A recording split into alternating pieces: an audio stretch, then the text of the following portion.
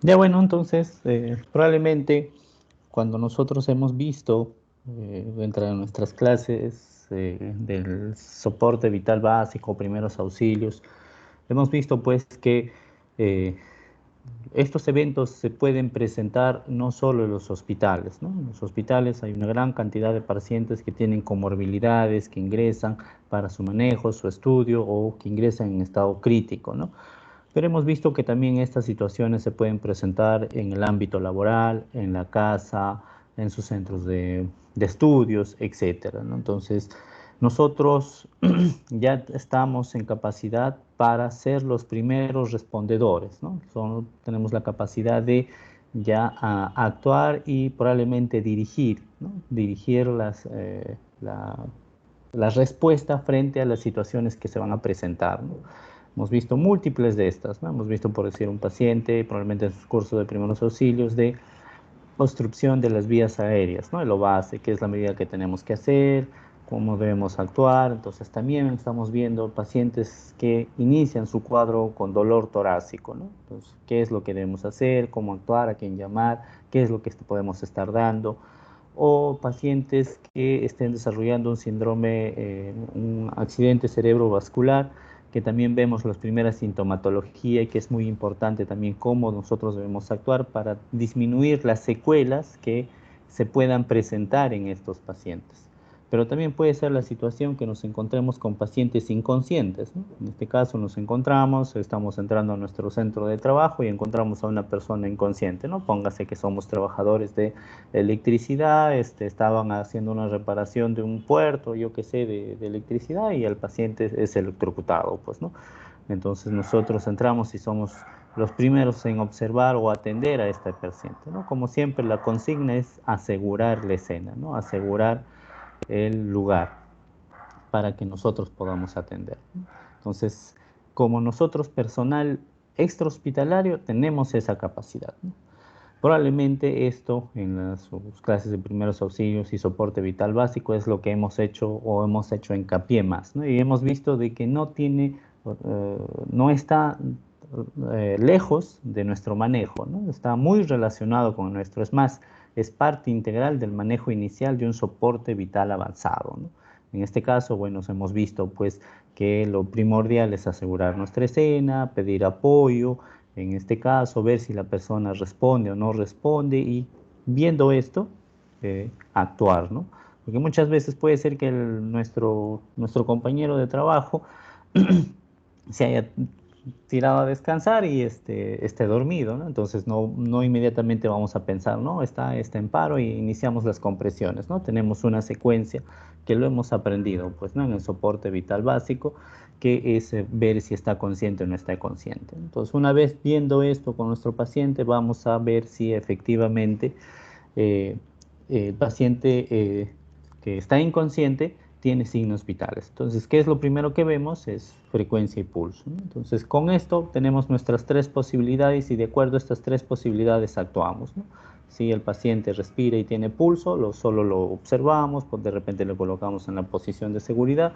Si nuestro paciente no respira pero sí tiene pulso, hacemos ventilaciones de rescate porque probablemente ha tenido un paro respiratorio, una obstrucción de las vías aéreas, un cuerpo extraño y que le impide respirar, pero sí tiene aún pulso, ¿no? Y lo que hemos visto que es la situación más definitoria en este caso, que es la no presencia de pulso y la no respiración, donde nosotros en soporte vital básico iniciamos con las RCPs, ¿no? Iniciamos el RCP y bueno, acá nos hace sugerencia el uso de un DEA, ¿no? El desfibrilador externo automático, que no es necesario conocer si tiene ritmo fibrilable, no desfibrilable, es una fibrilación ventricular, no, solo colocamos los parches y punto, ¿no? Y el DEA nos dice si es desfibrilable o no y continuamos con las RCPs. Entonces, todo esto es lo que hemos visto en el soporte vital básico, que probablemente ustedes lo hayan visto en sus cursos de primeros auxilios, en el CP1, y que tiene mucha pues relación con lo que hemos visto ya, ¿no? Con el soporte vital avanzado, porque generalmente esto es con lo que iniciamos en un soporte vital avanzado, ¿no? Siempre estamos en un ámbito hospitalario, tenemos un paciente en las camillas, las camas de hospitalización, donde no hay monitores, solo hay una cama. donde está el paciente y se presenta el cuadro, un paciente que pues, está inconsciente, seguimos la misma secuencia, ¿no? Como siempre yo les pongo como ejemplo, estamos en un cuarto, en una habitación de una paciente que la dejamos la noche anterior y el día siguiente está inconsciente, ¿no? Entonces siempre tenemos que siempre revisar la escena, ¿no? ¿Por qué? Porque puede ser que el personal de limpieza haya dejado líquidos en el piso y nosotros entramos todo apurados y nos podemos caer, ¿no? O puede ser que haya dejado cables desprendidos y esta sea la causa la cual haya llevado al paro a la paciente, ¿no? Entonces, observar eso, ¿no? Siempre asegurar la escena. Igual nosotros iniciamos como personal médico si la paciente está inconsciente o no consciente y dependiendo de eso nosotros vamos a ver en este caso sus dos funciones principales, si respira o tiene pulso. Lógicamente que en ese momento nosotros estamos activando un sistema de respuesta intrahospitalario que probablemente sea un sistema de respuesta de atención a paros intrahospitalarios, ¿no? Inmediatamente viene todo el personal y ya se inicia la secuencia del RCP avanzado, pero hemos empezado con un RCP básico, ¿no? Iniciando probablemente las compresiones, las ventilaciones, hasta que llegue el monitor, etc., ¿no? Entonces, en este caso ya nosotros hemos avanzado. Ya no solo nos quedamos con hacer las maniobras, sino también podemos ya, en este caso, eh, dar una vía aérea avanzada, un acceso venoso, el uso de drogas, determinar causas que estén llevándonos a que este paciente haya desarrollado un paro cardiorrespiratorio, ¿no? Entonces ya estamos asegurando nuestra vía aérea, usamos probablemente oxígeno, usamos un monitor, un desfibrilador, etcétera. Ya no somos los únicos que empezamos a hacer las compresiones, ya somos un equipo que interactúa, probablemente somos miembros de un equipo, somos los que interactuamos, vamos a tener un líder que nos está dirigiendo qué es lo que tenemos que hacer, qué continuamos, etcétera. Entonces eso es lo que hemos visto en estas clases, ¿no? Entonces hemos pasado de esto, de iniciar una reanimación cardiopulmonar básica con solo compresiones y si es que, bueno, hubiera la posibilidad de tener el DEA, hacer de repente ya una descarga, si es que el DEA lo ha dicho, o ya nosotros tener nuestros monitor, que haya llegado nuestro monitor, colocar nuestros electrodos y hacer nuestras evaluaciones, ¿no? Ver si es un ritmo desfibrilable o no desfibrilable, ¿no? Recordar que nuestros ritmos desfibrilables pues son la fibrilación ventricular y la taquicardia ventricular sin pulso, y los no desfibrilables son la sistolia y la actividad eléctrica sin pulso, pues, ¿no? Entonces, estos dos tipos de ritmos pues nos han llevado a esto. Ha caído un paciente que probablemente ha tenido un síndrome coronario agudo, ¿no? Que es la causa más frecuente que desencadena a estos ritmos, pues, ¿no? Entonces, dependiendo si es desfibrilable o no es desfibrilable, la forma como vamos a actuar, ¿no? Vamos a desfibrilar, iniciar nuestro RCP o solo vamos a iniciar con drogas, ¿no? En este caso, los ritmos no desfibrilables, para nosotros tratar de que nuestro paciente salga de este cuadro que ha llevado a un paro cardiorrespiratorio. Entonces la consigna es en esto de que paciente ha caído en paro, ya sea a nivel, por decir, extrahospitalario en el domicilio de cada uno de ustedes o a nivel intrahospitalario, pero que al final este paciente extrahospitalario que ha sido, por decir, en su domicilio, ha llegado el sistema de ambulancias, emergencias, se hicieron cargo ellos, están haciendo las maniobras y producto de estas maniobras llega a ser exitosa, ¿no? Entonces tenemos un paciente que tiene pulso, que tiene presión, tiene saturación. Entonces estamos frente a un paciente que ha salido del cuadro del paro cardiorrespiratorio. Entonces, ¿qué es lo que debemos hacer, no? Porque ya sí, fin, efectivamente, ya lo sacamos del paro. Bien, bravo, nuestra reanimación fue exitosa, pero ¿qué continuamos más a hacer? Porque en ese momento el paciente o la persona que ha sufrido un paro cardiorrespiratorio es un paciente inestable, un paciente que tiene mucho riesgo de volver a caer en paro, ¿no? Y eso es lo que vemos en los hospitales, ¿no? Puede ser que el paciente salga, ¿no? Salga del paro, efectivamente, todos felices, alegres, y no hagamos un buen manejo post-paro, ¿no? Entonces el paciente nuevamente cae en otro paro y iniciamos nuevamente las maniobras, ¿no? Y así estamos, ¿no? A veces en los hospitales ocurre eso. El paciente sale de paro, otra vuelta, iniciamos las maniobras, efectivamente sale de paro, y otra vuelta, felices, ¿no? Pero no hacemos un buen manejo post-paro y otra vuelta nuevamente, ¿no? Entonces hay un reporte, ¿no? El paciente hizo 3 paros en la noche, entonces sabemos que ese paciente de por sí ya tiene un compromiso hemodinámico cardiovascular severo. Y si ustedes se dan cuenta, nuestro organismo depende mucho de la función cardíaca. Si se apaga nuestro motor, se apaga toda nuestra función.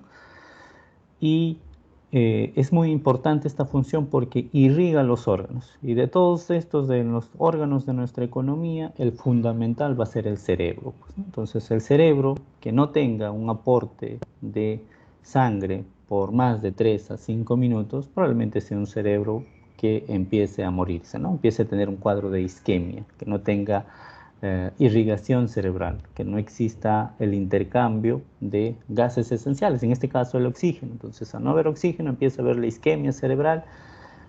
Puede ser que nuestro paciente salga del paro, pero si no hicimos un buen manejo, ese cerebro pues ya está dañado, ¿no? Entonces ahí ya llegamos a los cuadros pues de los pacientes en estado vegetativo, ¿no? ¿Por qué? Porque toda la corteza cerebral, que es la encargada de nosotros de realizar nuestras funciones superiores, el pensar, el aprender, el comunicarnos, estén abolidos, ¿no? Porque ha habido una isquemia cerebral profunda y cuadros, funciones básicas como la de la actividad del corazón, que se regule la frecuencia cardíaca o la frecuencia respiratoria persistan, ¿no? Entonces estamos frente a un cuadro de un paciente en estado vegetativo, ¿no? Producto de una encefalopatía hipóxica isquémica, pues no, ¿por qué? Porque no le llegó sangre, no le llegó oxígeno a ese cerebro, si bien hemos reanimado a este paciente, pero se ha producido daños cerebrales irreversibles. Entonces, ¿qué es lo que tenemos que hacer con este paciente que sale del paro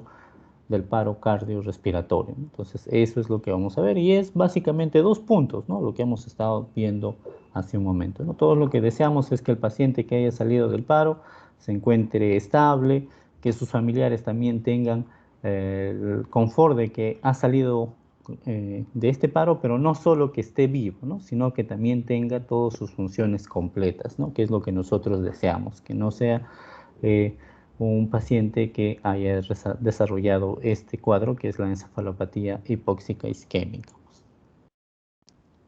Recordar, pues, como les decía, ver de que la mayoría de las muertes en un paciente post-paro van a ocurrir en esas 24 horas post-RCP, ¿no? ¿Por qué? Porque el paciente es un paciente lábil, que en cualquier momento puede volver a caer en la muerte, en el paro cardiorrespiratorio, ¿no? Entonces, estos cuidados disminuyen la mortalidad, ¿no? Provocada principalmente por la inestabilidad hemodinámica, los cuales van a mejorar, pues, la supervivencia del paciente. Para llegar a esto, tenemos que tener ciertos objetivos, ¿no? Entonces, el éxito de esto va a depender generalmente de estas situaciones, ¿no? Uno, que es optimizar el estado hemodinámico. Nuestro paciente que ha estado chocado con presiones menos de 90, 60, 90 sistólica y 60 diastólica, tenemos que mejorarlas, ¿no? Nuestro paciente probablemente salga un poco con un aturdimiento cerebral, ¿no? Entonces, aún se encuentre inconsciente, no tenga el impulso que inicie la respiración. Entonces, tenemos que asegurar la ventilación del paciente. Y esta ventilación tiene que ser adecuada. Vamos a ver que en la guía nos hace referencia bastante a lo que viene a ser el manejo específico de la temperatura, ¿no? Como les decía, este paciente que ha caído en paro, la irrigación cerebral se está comprometiendo, ¿no? En ese momento que nosotros estamos haciendo el masaje cardíaco, nosotros somos el corazón en ese momento. Y por nosotros estamos permitiendo la circulación, ¿no? Tanto coronaria como al resto del cuerpo y a nivel cerebral, que es lo que nos interesa. Entonces, en ese momento el cerebro está sufriendo pues un cuadro de isquemia, ¿no? Una isquemia leve, digamos, que si nosotros estamos haciendo una buena RCP, pero está ocurriendo cambios, ¿no? Metabólicos a nivel cerebral. Entonces, una de las situaciones para poder disminuir el metabolismo cerebral es disminuir la temperatura, ¿no? Entonces, la guía nos hace referencia a esto, de iniciar el manejo específico de la temperatura, ¿no? ¿Qué es hacer? Generar hipotermia en el paciente, ¿no? Generar temperaturas bajas para que se disminuya el metabolismo, se disminuya el consumo de oxígeno y esto dé como un factor protectivo al cerebro, ¿no? Entonces, lo que no queremos, uno, lo que queremos es que el paciente salga de paro, y lo otro es que ese cerebro no se dañe, ¿no?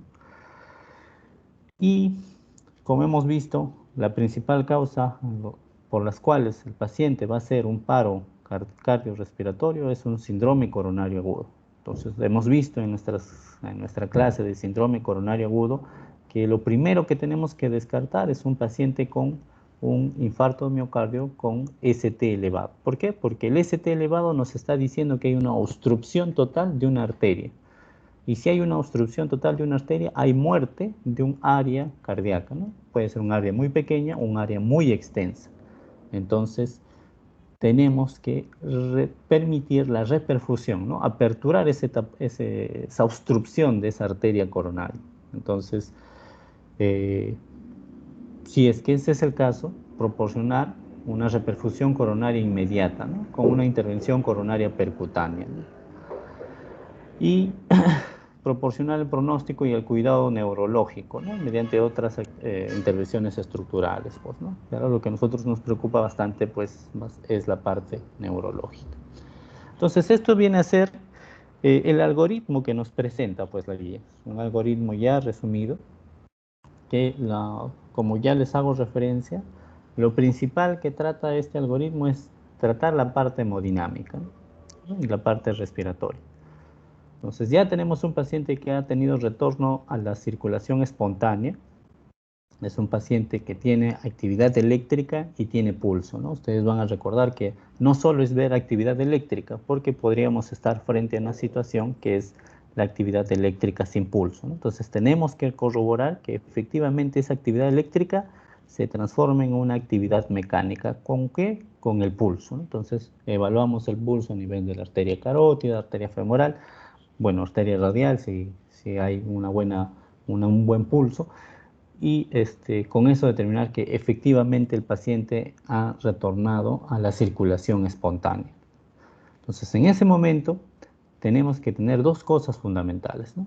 Optimizar la ventilación y oxigenación y tratar probablemente la hipotensión, porque hemos visto que durante el RCP hemos estado ventilando a nuestro paciente. Si en ese transcurso del RCP no se ha llegado a intubar, entonces, o en este caso, ¿no?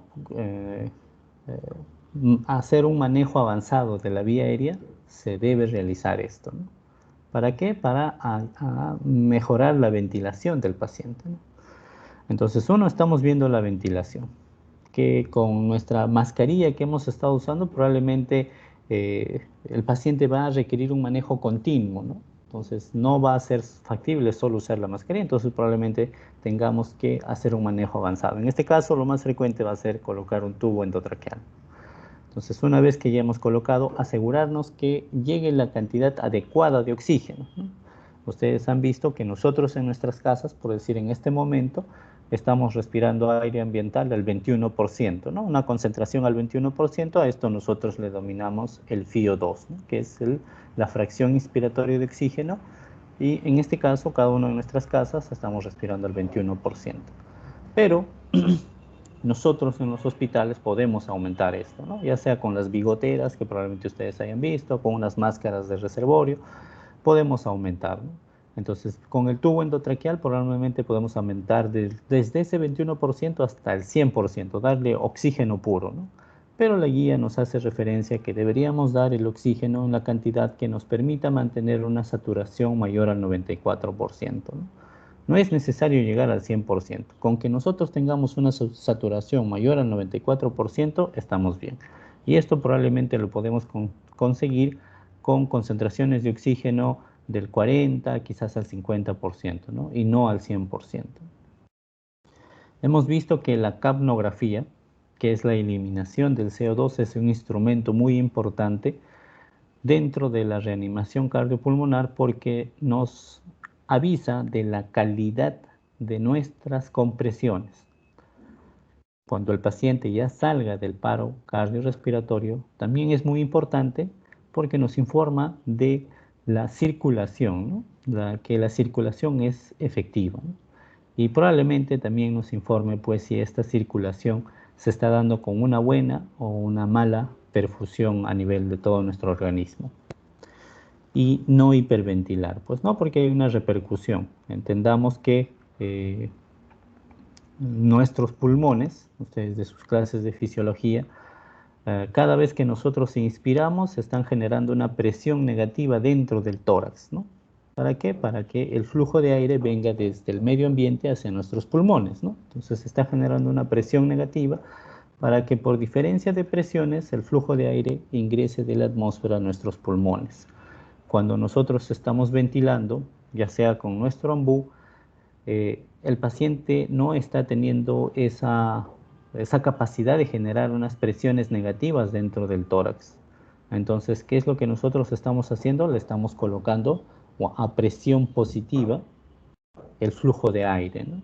Entonces, esa presión positiva está cambiando la fisiología de nuestro organismo, ¿no? Entonces, si nosotros somos muy enérgicos o hacemos unas frecuencias respiratorias muy altas, estamos cambiando la fisiología que en fin y al cabo esta va a repercutir sobre la circulación sanguínea, pues, ¿no? Sobre la circulación de nuestro organismo. Entonces, probablemente esta hiperventilación y este aumento del flujo de aire que estamos dándolo muy enérgicamente disminuya la actividad de nuestro corazón. Entonces, lo que nosotros no queremos es que disminuya la actividad de nuestro corazón. Entonces, tenemos que tener cuidado al momento de ventilar a un paciente que está saliendo de un paro cardiorrespiratorio. Lo otro fundamental, pues, es tratar la hipotensión, ¿no?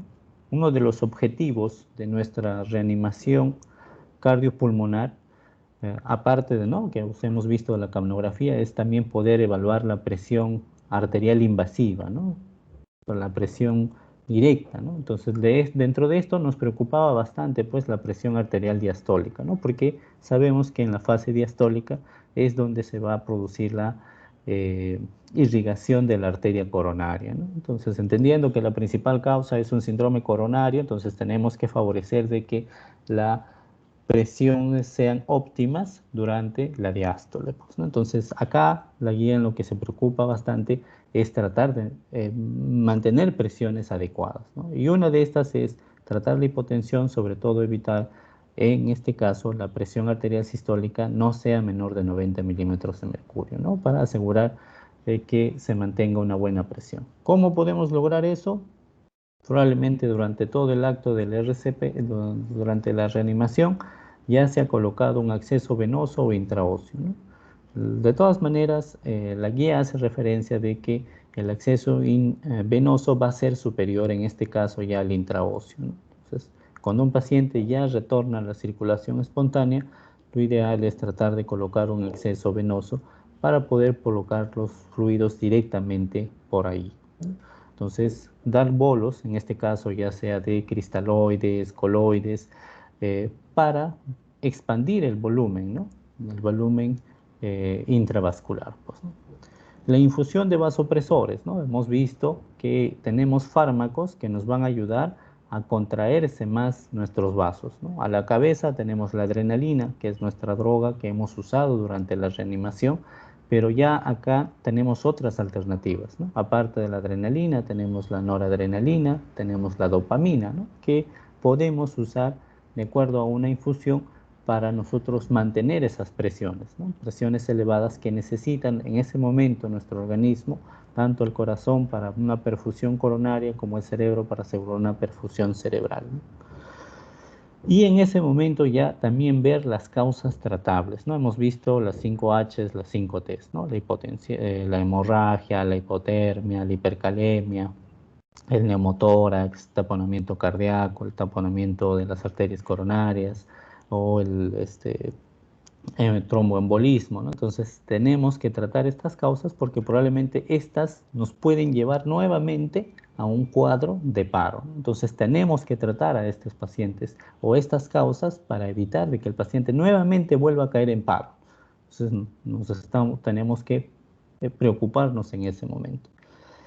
Y hay situaciones no tan abruptas que el paciente llegó parcialmente consciente, en momentos estaba en triaje, se colapsó, pasó a trauma shock, se hizo el RCP, nunca se pudo sacar el EKG. Entonces ya cuando el paciente ha salido de este cuadro, está con una circulación espontánea, es el momento ideal de también sacar nuestro EKG, ¿no? Si es que hasta ese momento no se ha podido sacar, ¿no? Porque tenemos que descartar la principal causa pues, del paro cardiorrespiratorio. ¿Cuál es? El síndrome coronario agudo. Dentro de estos, el infarto miocardio con elevación del segmento ST, ¿no? Entonces, si ha ocurrido esto, entonces es una de las causas tratables, ¿no? Fundamentales de todo lo que viene a ser el soporte vital avanzado, ¿no? Entonces, ¿qué tenemos que hacer? Una reperfusión coronaria, ¿no? Una intervención coronaria percutánea, ¿no? Pasar a la sala de hemodinamia y sacar el trombo que está obstruyendo en la arteria coronaria, pues, ¿no? Si es por otra causa, no es la causa más frecuente, evaluar que este paciente posterior a la reanimación no esté haciendo un cuadro neurológico. Entonces, ¿cómo vemos si está haciendo un cuadro neurológico? En ese momento estimulamos al paciente, ¿no? Señor, ¿se encuentra bien? Señor, ¿cómo está? Entonces, no nos obedece órdenes, sigue inconsciente el paciente, ¿no? Entonces, en ese caso, probablemente ha habido un daño neurológico, ¿no? Entonces, como les hago referencia, la guía nos hace ver, pues, de que tenemos que iniciar pues el manejo específico de la temperatura, ¿no? Paciente que está inconsciente, aún sigue inconsciente, entonces tenemos que manejar la temperatura para proteger a ese cerebro, ¿no? Para que no ocurra un mayor daño cerebral. Bueno, si en el caso nuestro paciente, por decir, hemos mejorado la ventilación, hemos mejorado la presión, en el EKG no existe un supradesnivel de cemento ST, y el paciente nos obedece órdenes, ¿no? Le decimos, señor, por favor, a ver, coja mi mano, coge, puede mover la cabeza, si me entiende, sí, entonces nos sigue las instrucciones, ¿no? Entonces probablemente el daño neurológico sea menos, ¿no? De lo que haya ocurrido o haya sido insignificante, entonces por eso el paciente nos obedece. En ese caso, hacer un seguimiento intensivo, ¿no? En este caso va a tener que pasar a una unidad de cuidados intensivos, cuidados intermedios, lo que en ese momento haya disponibles, ¿no? Entonces, de esto, por decir, va a depender mucho del tiempo que hemos estado haciendo el RCP, pues, ¿no? Si estamos como 30, 40 minutos de haciendo RCP y el paciente ha salido ahí, probablemente va a haber un daño neurológico, pues, ¿no? A diferencia, por decir, si durante los primeros 5 o 10 minutos hemos hecho el RCP y el paciente ha salido, entonces el daño neurológico va a ser menor, pues. Entonces, esto es la secuencia que nos pide, que la guía nos orienta para que nosotros podamos hacer con un paciente que ha salido del paro cardiorrespiratorio, pues, ¿no? Como les digo, siempre a la cabeza es optimizar la ventilación, ¿no? Evitar una ventilación excesiva, lo recomendable son 10 ventilaciones por minuto, usar pues, ¿no? la capnografía, ¿no? Para monitorizar adecuadamente a este paciente. ¿Qué valores nos pide que nosotros mantengamos, ¿no? Entre 35 y 40 milímetros de mercurio. Ustedes recuerden que a nivel arterial esta va a ser 5 milímetros más, ¿no? 5 milímetros de mercurio más de la presión, ¿no? En este caso, por decir a nivel arterial, es entre 40 y 45 milímetros de mercurio, ¿no? Esto lo obtenemos mediante ¿qué? Un análisis de gases arteriales, ¿no? El FiO2, bueno, mantenerlo con la concentración que nos permita llegar a una saturación mayor al 94%, ¿no? Entonces, esto es la parte fundamental de la capnografía, pues, ¿no? O del CO2, ¿no? Sabemos que el oxígeno llega a todos los tejidos y producto del metabolismo de esto, hay un desecho, pues, ¿no? Del CO2 y agua, ¿no? Este CO2 va a estar en la sangre y nosotros podemos medirla, que sería la presión arterial de CO2, ¿no? En este caso. ¿Y con qué lo usamos? ¿Con qué lo medimos? Con un AGA, pues, ¿no? Un análisis de gases arteriales, y ahí vemos, ¿no? La presión de CO2 en el AGA, en este caso es 32.6, pues, ¿no? Pero si nosotros, por decir, no sacamos una muestra de AGA, podemos monitorizar mediante la capnografía, ¿no? Con el CO2 que se exhala, ¿no? Y mediante, cuando un paciente está intubado, y ahí vemos la capnografía, y ahí nos indica un valor, pues, ¿no? En este caso, por decir, 26 milímetros de mercurio, ¿no? Que es el CO2 expirado, y como yo les hago referencia, aproximadamente existe una diferencia entre 5 milímetros de mercurio, ¿no? Entre la presión del CO2 arterial, la presión del CO2 a nivel de la capnografía, pues, ¿no? Entonces esto es fundamental para nosotros para poder monitorizar la ventilación, pues, en nuestros pacientes. Pues ver que la ventilación sea adecuada, ¿no? Una ventilación y que la capnografía sea adecuada, ¿no?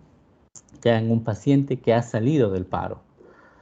No podemos permitir que la capnografía sea muy baja, ¿no? En este caso, por decir, está en 20 milímetros de mercurio, porque eso también nos indica que existe poco flujo sanguíneo pulmonar, ¿no? Entonces, si existe poco flujo sanguíneo pulmonar, quiere decir que existe poco flujo sanguíneo sistémico. Entonces, el paciente está en hipotensión, pues entonces caemos en lo otro, ¿no? Manejar la hipotensión, ¿no? Entonces estamos ahí en el cuadro de la guía, de la guía, ¿no? Entonces, manejar la ventilación y manejar la hipotensión, ¿no? Que son las dos cosas fundamentales. Tenemos que continuar con nuestra monitorización y evitar que la presión arterial sistólica sea menos de 90 milímetros de mercurio. ¿Cómo? Podemos colocar nuestra solución salina o dar estas infusiones, ¿no? Como les manifestaba, tenemos adrenalina, noradrenalina y dopamina. La adrenalina también es llamada epinefrina, ¿no? La noradrenalina también es llamada norepinefrina, ¿no? Entonces podemos usar estas drogas para mantener una presión arterial sistólica, en este caso mayor a 90 milímetros de mercurio, o una presión arterial media mayor a 65 milímetros de mercurio, ya sea con estas drogas que nos van a permitir, ¿no? Aparte de dar los bolos, pues, ¿no? De suero salino, suero fisiológico, lactato Ringer, etc. Y ver nuestras causas reversibles, pues, ¿no? Si un paciente está sangrando, hay que reponerle volumen, hay que reponerle sangre, ¿no? Si es causa de hipoxemia, colocarle oxígeno. En este caso, si producido por la hipotermia, pues hay que tratar de calentar a este paciente, pues, ¿no? Y las causas de los electrolitos, ¿no? La hipocalemia, ¿no? Que es la causa que o la hipercalemia también, ¿no? Que tenemos que causar. Las T, el neumotórax, que esto va a comprimir al corazón y va a impedir que siga latiendo. Probablemente acá tendremos que colocar, pues, un tubo de drenaje para permitir la salida del aire, pues, ¿no? El taponamiento igual, ¿no? Se coloca un catéter para drenar la sangre o ingresar inmediatamente a cirugía para ver por qué está ocurriendo un taponamiento o liberar el corazón de este taponamiento, ¿no? El tromboembolismo pulmonar, tratar de liberar los trombos que se estén generando en los miembros inferiores generalmente, o la causa más frecuente, ¿no? El síndrome coronario agudo, ¿no? Y realizar nuestra intervención coronaria percutánea, ¿no? Liberar esta obstrucción de esta arteria coronaria mediante este procedimiento, pues, ¿no?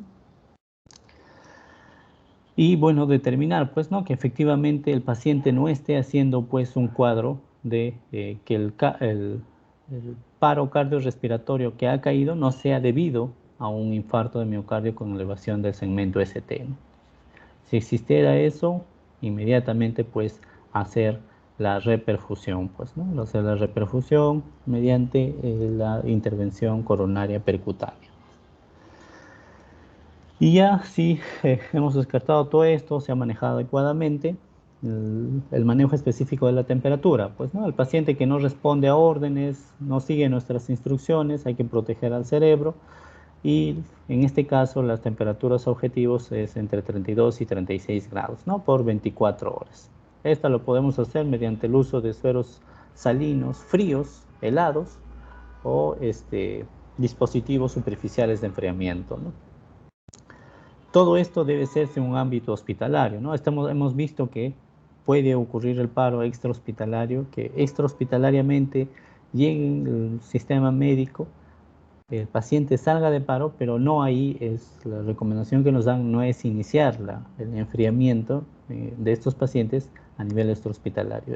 Lo recomendable es hacerlo a nivel intrahospitalario y la monitorización continua de la temperatura, ¿no? Pero en este caso no es pues colocar nuestro termómetro de mercurio a nivel axilar u oral, ¿no? Necesitamos una monitorización invasiva, en este caso, de la temperatura central, ¿no? ¿Y de dónde tenemos la temperatura central? A nivel del esófago, pues, ¿no?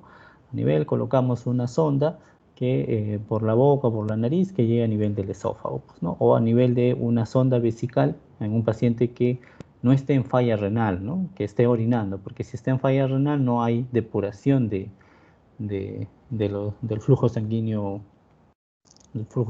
pues no está pasando, no se está filtrando a nivel renal, entonces no se va a poder medir la temperatura adecuadamente, o ya de una manera invasiva cuando se coloca un catéter en la arteria pulmonar, ¿no? Esto mediante un Swan-Ganz, pues, ¿no? En ese caso, bueno, sí podemos monitorizar la temperatura, pero no con nuestros termómetros, pues, cutáneos, nuestros termómetros infrarrojos que ahora están, pues, en boga, no con ellos, pues, ¿no?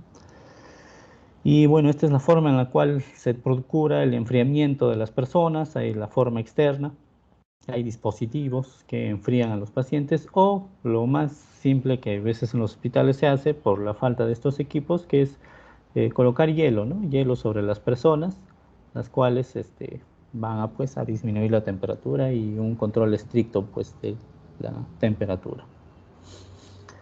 Bueno, con eso, bueno, chicos, estamos terminando pues lo que viene a ser la parte del manejo de la atención inmediata post-paro.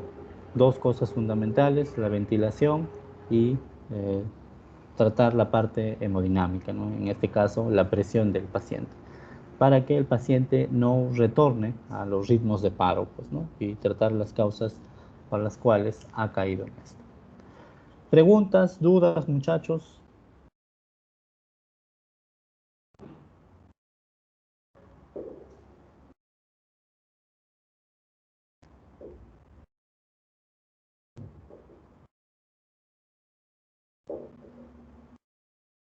Doctor, disculpe, buenas tardes. Con respecto Ujú. al, ay, al examen final, me Ah, estaban ya. preguntando si iba a haber alguna variación o ello, doctor. ¿Variación con respecto a qué? Con respecto a, como el día del examen parcial estuvimos en un grupo general Ya. y hubo mucha interferencia, entonces me estaban comentando si iba a Ah, ser por ya, su... que... Claro, podemos, sí, probablemente eso lo vamos a coordinar para hacer 3 subgrupos y para que cada grupo pues esté de 30, 30, 30 y sea la forma más idónea como para controlarlos a ustedes también y para que no tengan mucha interferencia.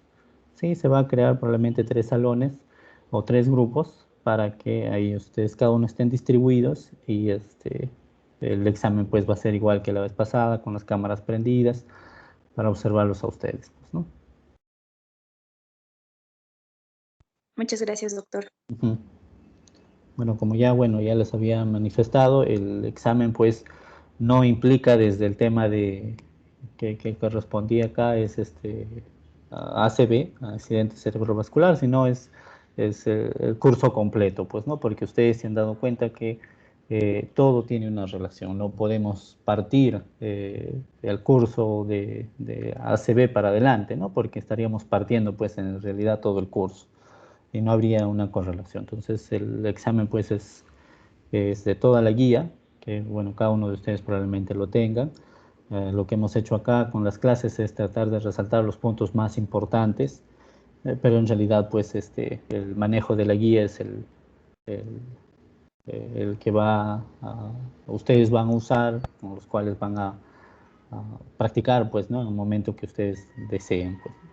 Pues, vean ustedes también que la finalidad del curso no solo pues es aprobar, ¿no? Una parte es eso, ¿no? La otra parte fundamental es el manejo que ustedes puedan tener cuando tengan, sobre todo sus familiares, ¿no? Familiares que ustedes van a ser las personas a las cuales primero van a llamar, ¿no? Porque tal persona está estudiando, está en la universidad, está estudiando medicina, o ya acabó, es médico, o ya está haciendo el internado, etcétera.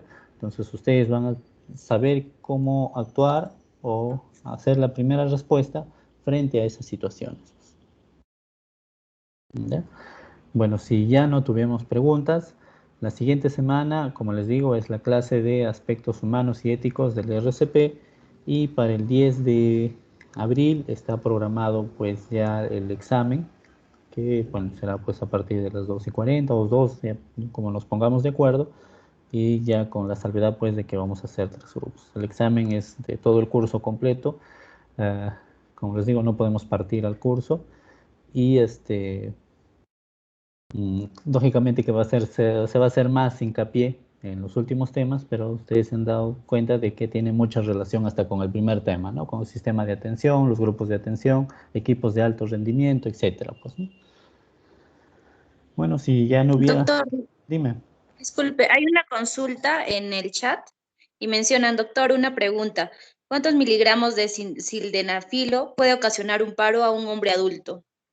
Ya, como para que el paciente, bueno, el sildenafilo, las tabletitas que lo toman los pacientes generalmente no les causan el paro, ¿no? En ese momento, no les causan el paro.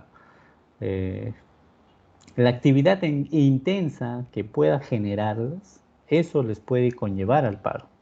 Entonces, si bien es cierto, la persona está consumiendo una cierta cantidad de este fármaco, en este caso pues el Viagra, una persona generalmente que lo va a tomar es una persona adulta, digamos, o adulta mayor, que de repente tenga problemas o disfunciones de un órgano en específico. ah, si esta persona realiza una actividad intensa, probablemente ahí exista compromiso, pues, ¿no?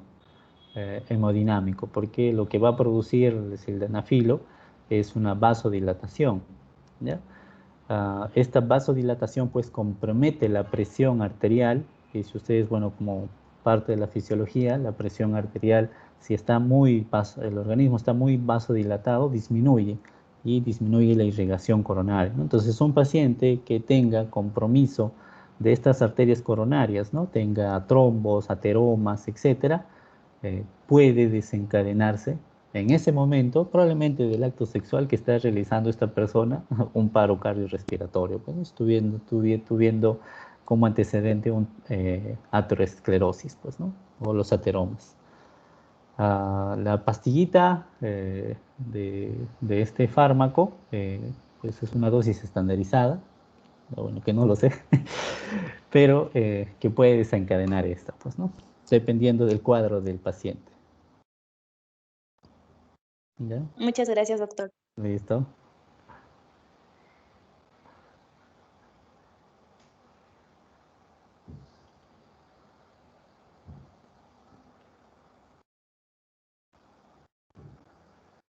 ¿Ya? Bueno, creo que si no hay más preguntas, más dudas, muchachos, ah, bueno, pueden pasar a sus clases a sus prácticas. Muchas gracias, doctor, por la Ok, sesión de hoy muy bien. día. Ok, Vamos a estar coordinando, doctor. Muchas gracias. listo. Buenas tardes. Muy bien.